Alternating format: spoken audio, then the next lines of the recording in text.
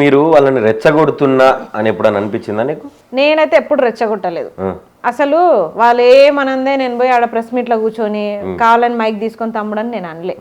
వాళ్ళు ఖచ్చితంగా అంతకుముందు నేను కేవీఆర్ అన్న పడ్డ తిప్పలు చూసిన. ఈ రోజుకి కేవీఆర్ అన్న ఎక్కడున్నారు చూడండి.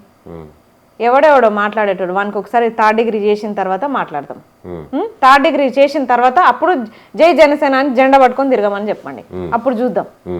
ఎందుకు పోయినావు అమరావతికి? ఎందుకు పోయినావు? మన హైదరాబాద్ మన రాజధాని, మన తెలంగాణ.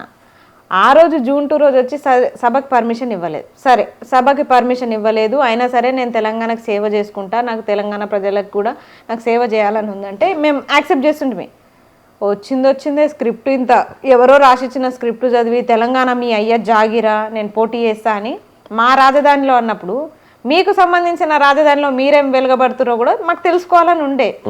నేను ఒక స్టెప్ ముందుకేసి ఖచ్చితంగా వెళ్ళాలి, ఏం జరుగుతుందో తెలుసుకోవాలనే ప్రయత్నంలో వెళ్ళిన.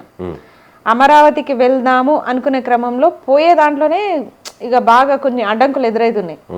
ఇక మళ్ళీ తిరిగి వస్తామా అన్న క్వశ్చన్ కూడా ఎదురవుతుంది. ఎందుకంటే అక్కడ వ్యవస్థ ఎట్లా తయారైందంటే మీరు కూడా పోయి చూడండి, సామాన్యుడు ఎవరైనా క్వశ్చన్ చేస్తే వానికి 3rd డిగ్రీయే. తెలంగాణలో ఉన్న కేవీఆర్కే కాదు, ఏపీలో ఉన్న సామాన్య ప్రజలు ఎవరైనా క్వశ్చన్ చేసినా వానికి 3rd డిగ్రీయే. అది జరుగుతుంది అక్కడ. సామాన్యులు మాట్లాడడానికే భయపడుతున్నారు. నేను వాళ్ళని మాట్లాడండి, ఎవరో ఒకరు మాట్లాడానంటే ఒక టీడీపీకి చెందిన వ్యక్తి, టీడీపీ కూటమిలో ఉన్న కార్యకర్తనే నాతో మాట్లాడిండు వీడియోలో. టీడీపీ కార్యకర్తనే ఆయన. ఒక ఆయన వైఎస్ఆర్సీపీ అన్నాడు, ఆయన ఇట్లా జరుగుతుంది అని చెప్పేసి ఆయన ఒకరు వీళ్ళొకరు, ఇక్కడేం దాచుడేం లేదు కదా. ఇద్దరు ఒక్కొక్క పార్టీలకు చెందిన వ్యక్తులు వాళ్ళు మాట్లాడారు. 10 మంది ఉంటే అందరు పారిపోయారు, ఒక ఇద్దరే ధైర్యం చేసి మాట్లాడారు. అంత దారుణమైన సిచ్యువేషన్లో అమరావతికి పోయి తిరిగి వస్తానా, సరే నాతో పాటు మళ్ళీ జర్నలిస్ట్ భార్గవ్ అన్న, తిరుపతి అన్న వీళ్ళు కూడా ఉన్నారు, మళ్ళీ నా వల్ల వీళ్ళకేమైనా ఇబ్బంది అవుతుందా అని చూసుకోవాలి కదా. వీళ్ళు అంటారు జగన్ సపోర్ట్. ఏం జగను? ఎక్కడ జగను? జగన్ ఎక్కడున్నారు, ఎవరెక్కడున్నారు? మా తెలంగాణను అన్నాడు, మీ అయ్య జాగిర అన్నాడు కాబట్టే మేము వచ్చినాం అక్కడ దాకా. అంటే వాళ్ళని పైసలు ఇచ్చి సెట్ చేసి మాట్లాడిపించారు అని చెప్పి కూడా ఒకటి నడుస్తుంది. అస్సలు లేదు. అదే నరసరావుపేటకి ఇప్పుడు వెళ్దాము, అదే హోటల్ ముందుకు వెళ్దాం, నేను అడ్రస్ కూడా పెట్టినా, కావాలంటే వెళ్ళండి, వెళ్ళి అడగండి, నిరూపించండి, ₹1 ఇచ్చినట్టు నిరూపించండి. మీకు అంతా సోషల్ మీడియా పవర్ ఉంటే ఏపీ ప్రజలు జనసేన సైనిక అంటే వీళ్ళు రజాకార్లు, అందరినీ కాదు నేను అనేది, జనసేన రజాకార్లు ఏపీకి సంబంధించిన వాళ్ళు, తెలంగాణ వాళ్ళైనా సరే నో ప్రాబ్లం. అడ్రస్ కూడా ఉంది, దాని మీద ఫోన్ నెంబర్ కూడా ఉంటుంది. నేను అందుకే మొత్తం తీసిన. వెళ్ళండి, వెళ్ళి ట్రై చేయరాదు, ఎందుకు ఊకే నిందలేయడము? అందుకే వెళ్ళి కొద్దిగా మాట్లాడే ప్రయత్నం చేస్తే. ఇంకొకటి అక్కడ డిఎస్సి గురించి గొడవ జరుగుతుంది. కొంతమంది స్టూడెంట్స్ నేను వెళ్ళిన ఒక రీల్ పెట్టేసరికి వాళ్ళు నాకు పర్సనల్గా మెసేజ్ చేసారు ఇన్స్టాలో. చేస్తే సరే అని చెప్పేసి వాళ్ళతో మాట్లాడితే ఒక అమ్మాయి అండ్ ఒక 2-3 అబ్బాయిలు వచ్చారు కలవడానికి. వాళ్ళు చెప్పిన విషయం ఏంటంటే అసలు ఎక్కడా లేని తీరుగా ఎగ్జామ్ లేకుండా, ఏ క్వాలిఫికేషన్ లేకుండా, ఏ డిఎస్సి లేకుండా, టెట్ లేకుండా డైరెక్ట్ జాబ్స్ ఇచ్చిరు. ఎట్లా ఇచ్చిరు? డిఎస్సి కోటానే మళ్ళీ ఎట్లా ఇచ్చారంటే స్పోర్ట్స్ కోటాలో పేకాటకు కూడా ఉద్యోగం ఇచ్చిన ఘనత నారా లోకేష్ కి దక్కింది. ఇప్పుడు నారా లోకేష్ ఒక్కడే ఎందుకు బాధ్యుడైతాడు దాంట్లో? నారా లోకేష్ విద్యాశాఖ మంత్రి అయితే డిప్యూటీ సీఎం పవన్ కళ్యాణ్ గారే కదా, ఇప్పుడు మీ కూటమి ప్రభుత్వమే కదా. మరి మీ పాలన అక్కడ ఎట్లా ఉందో ఆ పేకాటనే చెప్తుంది, పేకాటకు ఇచ్చిన ఉద్యోగాలే చెప్తున్నాయి. ఇది అబద్ధం అని చెప్పండి, నేను నిరూపిస్తా ఇది నిజమని. నా దగ్గర ఎవిడెన్స్లు ఉన్నాయి, నేను నిరూపిస్తా, మీరు అబద్ధం అని చెప్తారా? మీతోటి అవుతుందా? అంత దమ్ముందా మీకు?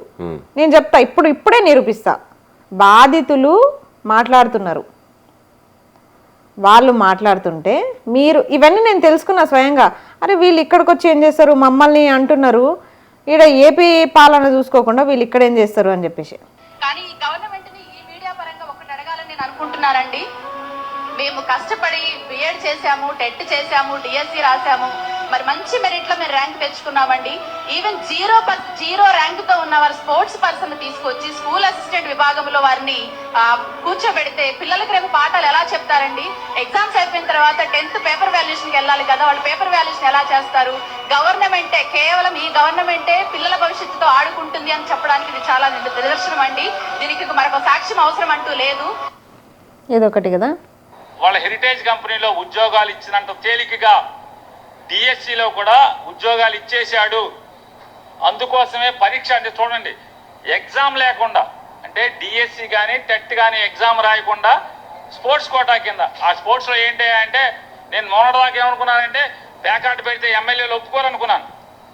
ప్యాకాట్లో స్పోర్ట్స్ అంటే మెరిట్ వాళ్ళని ప్యాకాట్ పోటీలు పెట్టి దాంట్లో తీసుకుంటే ఎమ్మెల్యేలు ఒప్పుకోరు. మాట నువ్వేట తీసుకుంటావే లోకేష్, చంద్రబాబు నాయుడు గారు అని ఆపారేమనుకున్నా. తీరా జీవో చూస్తే ఆ కొత్త జీవోలో 40వ ఆట బ్రిడ్జి ప్యాకాట్, దాన్ని కూడా వదల్లా. ప్యాకాట్లో బాగా పోటీ ఫస్ట్ వచ్చినా కూడా టీచర్ ఉద్యోగంగా అది పరిస్థితి. అంటే ఇవన్నీ నేను పుట్టించినవి కాదు కదా, అంటే వాళ్ళ మొక్కలు మీకు తెలిసిన మొక్కలే, ఏపీ పిల్లలే, ఏపీకి సంబంధించిన నాయకులే. ఇప్పుడు చెప్పండి, ఇలాంటివి మీరు అక్కడ చూసుకోకుండా మమ్మల్ని నిందిస్తే నేను ఎట్లా ఒప్పుకుంటా? అందుకే కొన్ని సమస్యల్ని మాత్రమే తెలుసుకొని ఇక్కడ తెలియజేసే ప్రయత్నం చేసిన. ఎందుకంటే తెలంగాణ ప్రజలు కూడా మోసపోవద్దు. తెలంగాణ ప్రజలు అమాయకులు, ఎవ్వరు ఏది చెప్తే అది నమ్ముతాం. అలాంటి పరిస్థితుల్లో ఉన్నాం మనం. వీళ్ళొచ్చి దాన్ని క్యాచ్ చేసుకొని మేము గెలిచిన తర్వాత మీ ప్రతాపం చూపిస్తాం, మేము ఇట్లా చేస్తామంటే ఒప్పుకునే ప్రసక్తి లేదు. ఏమన్నా ఉంటే మీరు పద్ధతిగా మాట్లాడాలి, పద్ధతిగా పోవాలి. నీ అయ్య జాగిరా, నీ అమ్మ జాగిరా అని అంటే మేము ఎట్లా ఒప్పుకుంటాం? ఎవరి జాగిరో ఎవరి కథను చూద్దామని చెప్పేసి అందులో భాగంగానే ఇది పెరిగి పెరిగి చిలికి చిలికి గాలివాన అయిపోయింది. మొత్తానికి ఓవరాల్గా ఒక్క కేవీఆర్ అన్నతో మొదలైన ఈ ఉద్యమము తెలంగాణ అస్తిత్వం దాకా వచ్చింది. ఇప్పుడు కేవీఆర్ అనేట నష్టం ఎక్కువ మీకు జరుగుతుంది కదా, జరుగుతుంది ఖచ్చితంగా. ఇప్పుడు నేను చెప్తున్నా కదా, ఒక కేవీఆర్ అన్నకి ఇంతమంది ముందుకు వచ్చినట్టు నెక్స్ట్ అస్మాకి, విప్లవశ్రీకి కూడా ఇప్పుడిప్పుడే మద్దతు వస్తుంది. ఇప్పుడిప్పుడే చాలా మంది బయటకు వస్తున్నారు. ఎందుకంటే మహిళల్ని మరీ ఎంత కిరాతంగా మాట్లాడుతుంటే అందరు కూడా చూసుకుంటూ ఉండలేరు. ఏ ట్రోల్స్ అయినా ఒక వారము 10 రోజులు, కానీ మా వెంటబడి మమ్మల్ని ఇట్లా హింసిస్తుంటే ఎవరు ఊరుకుంటారు? మరి ఇప్పుడు మీరు ఏమన్నా కంప్లైంట్ చేయడం కావచ్చు, ఇదంటే ఏమన్నా ముందుకు పోతున్నారు? కంప్లైంట్ చేస్తే వాళ్ళు ఏమంటారు అంటే, సరే మీరు నోరు మూసుకోవచ్చు కదా, మీరు సైలెంట్గా ఉండొచ్చు కదా, మిమ్మల్ని కాము చేసే ప్రయత్నం. మరి ఈ షీటింగ్లు ఎందుకు పెట్టిరు, దీన్ని ఉమెన్ కమిషన్లు ఎందుకు పెట్టిరు, బంద్ చేసుకోరి కదా. ఎందుకు అంటే మీరు దగ్గరుండి మమ్మల్ని తిట్టిస్తున్నారు. మీ చట్టాలు, మీ సిస్టంలు మీరు దగ్గరుండి, మీ ప్రభుత్వాలన్నీ దగ్గరుండి మమ్మల్ని తిట్టిస్తున్నారు. అసలు మీరే కరెక్ట్ ఉంటే ఈ రోజు జనసేన రజాకార్ సైనికుడు ఎవరైనా సరే మా గురించి తప్పుగా మాట్లాడుతుండేనా? మాట్లాడకుండే. వాడిని అప్పుడే మూసేసింటే మాట్లాడకుంటుండే. ఆ ఐడీస్ అన్ని ముందర పెట్టినా మీరు సైలెంట్గా ఉండొచ్చు కదా. మా నోర్లు మూయించే ప్రయత్నాలు చేస్తున్నారు. అంటే ప్రశ్నించొద్దు. అది ఏపీ అయినా యూపీ అయినా ఏదైనా సరే ప్రశ్నించొద్దు. దట్ అమ్మాయిలు అయితే అసలే ప్రశ్నించొద్దు. మహిళలు ముందుకు రావద్దు. చైతన్య రథాలు అన్నాడు నిన్న మొన్ననే. చైతన్య రథాలా ఏడ ఉన్నాయి? ఎక్కడున్నాయి? చక్రాలు ఉన్నాయా దానికి? ఆ చైతన్య రథాలకి ఎటు నడిపిస్తాడు? ఏ సైడ్ నడిపిస్తున్నారు? లాగు ఆ రథాన్ని చూద్దాం. ఎవరి కోసం చైతన్య రథాలు? చిలకపచ్చ చీరలు ఇచ్చి ఏ చిలుకల్ని అంటే అయిపోయిందా? ఆ పంజరంలో బంధిస్తే అయిపోయిందా చీర కట్టి? అట్లా చేస్తున్నాడు ఈ రేవంత్ రెడ్డి కూడా. ఒక చిన్న ట్వీట్లు చేస్తే కావచ్చు, రీట్వీట్ చేస్తే కావచ్చు, ఇట్లాంటివి జరిగినప్పుడు ఒక చిన్న పోస్ట్ పెడితే సోషల్ మీడియాలలో టక్కున తీసుకుపోయి అరెస్ట్ చేస్తున్నారు. చాలా చూసినావు ఆ సంఘటనలు. ఇప్పుడు మీరు మాకు అన్యాయం జరుగుతుందని చెప్పి మీరు అంతటా మీరు పోయి కంప్లైంట్ ఇచ్చినా కూడా పట్టించుకోవట్లేరు అని చెప్పి మాట్లాడుతున్నావు. అంటే ఏమనిపిస్తుంది అవి ఇట్లా ఎట్ ద సేమ్ టైం అది కావచ్చు ఇది కావచ్చు ఇట్లా టాలీ చేసుకుంటే? మేము కూడా ఒక ఎమ్మెల్యే బిడ్డనో, ఒక ఎంపీ బిడ్డనో, లేకపోతే నేను ఒక ఎమ్మెల్యేనో అంటే అది వేరే ఉంటుండే. కానీ ఇక్కడ ఏమవుతుందో మేము సామాన్యులం, ప్రశ్నించేటోళ్ళం. అటు ఉద్యోగాల కోసం నేను కానీ, ఇటు జర్నలిస్ట్ వ్యవస్థలో మీలాంటి వాళ్ళు కానీ ప్రశ్నిస్తూనే ఉన్నాం. వాళ్ళని మనం ప్రశ్నిస్తున్నాం కాబట్టి మనకి ఇలాంటి ప్రాబ్లమ్స్ ఎప్పుడు వస్తాయని చూస్తారు వాళ్ళు.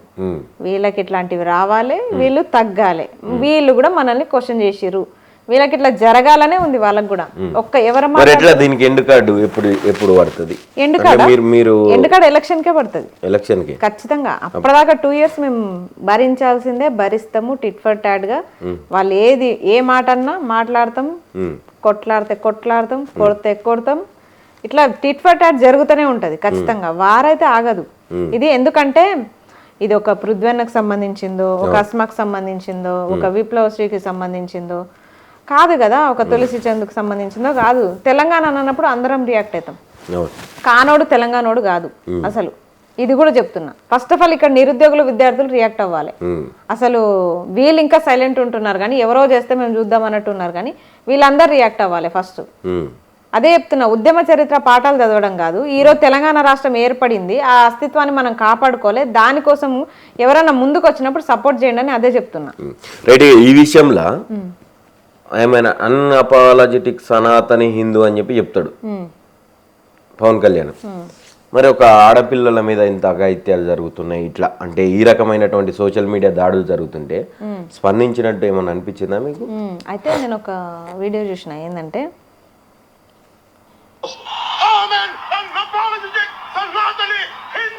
వాస్తవానికి నా జీవితంలో కులం లేదు, మతం లేదు.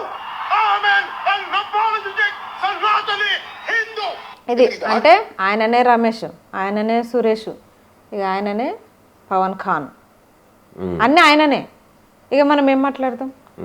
ఆయన కులం లేదట, మతం లేదట, ఏది లేదట, కానీ ఆ గెటప్లు మాత్రం వేసుకుంటాడు. ఆ గెటప్లు వేసుకొని ఓట్లు మాత్రం వేయించుకుంటాడు. ఓట్ల కోసమేనా ఇదంతా? అంతే కదా. అవసరమైతే టోపీ పెడతాడు, అవసరమైతే కాషాయ రంగు వేస్తాడు, అవసరమైతే గులాబీ రంగు వేస్తాడు, అన్ని రంగులు వేసుకుంటాడు. ఏ రంగు వేసుకోకుండా తిరుగుతాడు. ఇప్పుడు ఏం అడగాలనుకుంటున్నావు పవన్ కళ్యాణ్? ఒక్కటే, ఎట్లాగో తెలంగాణలో మీరు పార్టీ కార్యాలయం పెట్టిరు కదా, ఇప్పుడు తెలంగాణలో కూడా జనసేనని బలోపేతం చేస్తా అంటారు. మంచికో చెడుకో మేము కూడా అదే కోరుకున్నాము, అందుకే మేము ఏం మాట్లాడలే. పార్టీ కార్యాలయం పెట్టాలి, మీరు తిరగాలి, మీరు ఓడాలి. ఇది నేను ఫస్ట్ అనుకున్నది అయితే ఇది. కాబట్టి నేను అదే పని మీద ఉంటా. మీరు పెట్టిరు, మీ పనుల మీద మీరు ఉంటారు. ఇదంతా మన మధ్య జరగొద్దు అంటే ఫస్ట్ ఆఫ్ ఆల్ మీ జనసేన సైనికులకి మీ ద్వారా, పవన్ కళ్యాణ్ ద్వారా ఒక మాట అయితే చెప్పండి దయచేసి. మేము ఒక తెలంగాణ మహిళలుగా రిక్వెస్ట్ చేస్తున్నాం, ఇప్పటికీ అయినా సరే. ఇంత ట్రోల్ చేసారు కదా మమ్మల్ని, అయినా సరే మిమ్మల్ని క్షమించి వదిలేస్తాం, కానీ ఖచ్చితంగా వాళ్ళని ఇప్పటికైనా ఈ ట్రోలింగ్స్ ఆపమని చెప్పండి. పవన్ కళ్యాణ్ చెప్పాలి, పవన్ కళ్యాణ్ చెప్పాలి. ఎందుకంటే మాకున్న ప్రొఫైల్స్లో ఆ పేర్లు మాత్రం ఏవేవో పెడతారు, కానీ ప్రొఫైల్ మాత్రం పవన్ కళ్యాణ్దే ఉంటుంది. మోస్ట్ అన్ని పవన్ కళ్యాణ్ ఫొటోస్ ఉంటాయి. ఇంకా కొత్త ఐడీస్ క్రియేట్ చేసి మరీ తిడుతురు. కాబట్టి ఇవన్నీ ప్రొఫైల్స్ మీవే ఉన్నాయి, కాబట్టి మీరే బాధ్యత వహించాల్సి వస్తుంది. మీరు ఒక జనసేన పార్టీ అధినేత కాబట్టి మీరు ఎంతో మంది ఆడపిల్లల్ని కాపాడినాం అంటారు. మరి 30,000 మంది ఆడపిల్లలు ఎట్లా మిస్ అయ్యారో ఏపీలో తెలియదు, ఇప్పటికీ లెక్క తెలియదు. అది మనకు అనవసరం కూడా, ఎందుకంటే ఆయన చెప్పాలి దానికి సమాధానం. డిప్యూటీ సీఎంగా ఆయన చెప్పాలి. మరి తెలంగాణ ఆడబిడ్డల్ని కూడా మరి మీరు ఏం చేద్దాం అనుకుంటున్నారు? మాకు కూడా ఆ భయం ఉంటది కదా, మమ్మల్ని నమ్ముకొని ఉన్న వాళ్ళకు కూడా ఆ భయాలు ఉంటాయి. కాబట్టి ఖచ్చితంగా మాలాంటి ఆడబిడ్డలకి మీరు భరోసా ఇవ్వాలనుకుంటే ఫస్ట్ ఇవ్వాల్సింది మీ జనసేన సైనికులకి ట్రోలింగ్స్ ఆపమని చెప్పండి. ఆడపిల్లల్ని తిట్టొద్దని చెప్పండి, ఎందుకంటే సర్వనాశనం అయిపోతారు. ద్రౌపది జుట్టు పట్టుకున్నోడు బాగుపడలే కౌరవులు, సీతాదేవిని అవమానించిన వాళ్ళు బాగుపడలేదు. అలాంటిది ఇప్పుడు మమ్మల్ని అన్నా సరే బాగుపడరు. పురాణాల నుంచే ఉన్నాయి. ఆడదానితో అవసరమైతే మీరు వరాలు తీసుకోండి, అంతే తప్ప మా నోటి నుంచి శాపాలు తీసుకుంటే, శాపనార్థాలు తీసుకుంటే మీరు ఎట్లా బాగుపడతారు? మీ పార్టీ భూస్థాపితం అవుతుంది. అది మా నోటి నుంచి అనవసరంగా మీరు తిట్టించుకోకండి దయచేసి. కాబట్టి ఖచ్చితంగా ట్రోలింగ్స్ ఆపమని మీ జనసేన సైనికులకి చెప్పండి. మేము ఇప్పటికీ క్షమించి వదిలేస్తున్నాం. లేదంటే మాత్రం ఫస్ట్ అయితే రిక్వెస్టే, వినకపోతే మాత్రం సహించేది లేదు. ఇంకా ఇన్ని ట్రోలింగ్స్ చెప్పినా మేము ఇంకా మాట్లాడడం మానలేదంటే మా దమ్ము ఏందో మీకు అర్థమైతలేదా? తెలంగాణ బిడ్డల దమ్ము మీకు అర్థమైతలేదా? కారం పొడులు కొడవళ్ళు పట్టుకున్న చేతులు మావి. అనవసరంగా వద్దు. ఇది మాత్రం ఆర్డరే చెప్తున్నాము. ఫస్ట్ అయితే రిక్వెస్ట్గా చెప్తున్నాము. వినకపోతే మాత్రం ఇక ట్రోలింగ్స్ అంటే ఎట్లుంటాయో మేము చూపిస్తాం ఇప్పటి నుంచి. ఒక ఆడదాన్ని లాగునింతంతో ముండా అని వివస్త్రాలను చేసి ఒక ఆడదాన్ని వ్యభిచారం చేస్తున్నారు మీరు. ఆడదాన్ని ఒక వ్యభిచారి అనే మాట కంటే ఎక్కువ ఏం చేయలేరు. కానీ ఇంతమంది ఆడపిల్లలను మీరు రోడ్డు మీద పెడుతున్నారు కదా, మగాడిని ఏమనాలి మరి? ఆడదాన్ని వ్యభిచారం అంటావు, మరి మగాడిని ఏమంటావు? దానికి పేరు ఇంకా పుట్టలేదు కాబట్టి ఈ అరాచకాలు జరుగుతున్నాయి. మేము పెట్టాల్సి వస్తుంది పేర్లు. దానికి జనసేన తోక పెడతా ఖచ్చితంగా. ఆ పేరు పెట్టి జనసేన అని యాడ్ చేయాల్సి వస్తుంది. అంత దాకా తెచ్చుకోకండి దయచేసి. ఇప్పటికన్నా ఆపేస్తే మంచిదని చెప్తున్నా.